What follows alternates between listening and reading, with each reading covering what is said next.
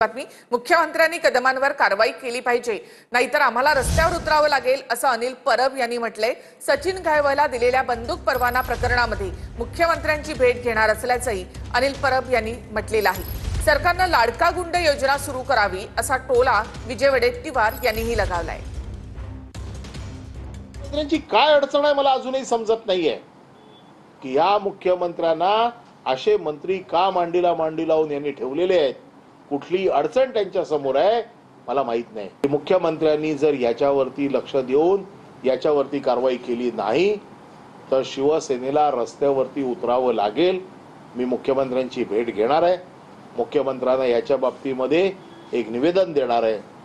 शिवसेनेच्या वतीने ही मागणी करणार आहे की या मंत्र्याची ताबडतोब मंत्रिमंडळात हकालपट्टी करा, अन्यथा येणाऱ्या अधिवेशनामध्ये शिवसेना अधिवेशनात आवाज उचलेलच, पण त्याच्या अगोदर शिवसेना रस्त्यावरती उतरल्याशिवाय राहणार नाही।